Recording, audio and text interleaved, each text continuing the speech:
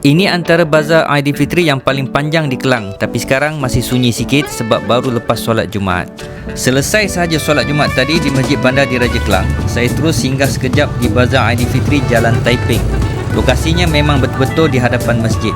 Sekarang masih awal lagi, jadi suasana bazar nampak agak tenang. Banyak gerai yang belum dibuka lagi dan para peniaga sedang membuat persiapan serta menyusun barang di gerai masing-masing. Sepanjang bazar ini memang penuh dengan gerai yang menjual pelbagai keperluan hari raya, daripada pakaian raya, sampin dan songkok hinggalah kepada kuih raya serta pelbagai aksesori. Suasana di sini biasanya akan berubah apabila menjelang waktu malam. Masa itulah bazar ini menjadi sangat meriah dengan kehadiran orang ramai yang datang membeli persiapan Aidilfitri.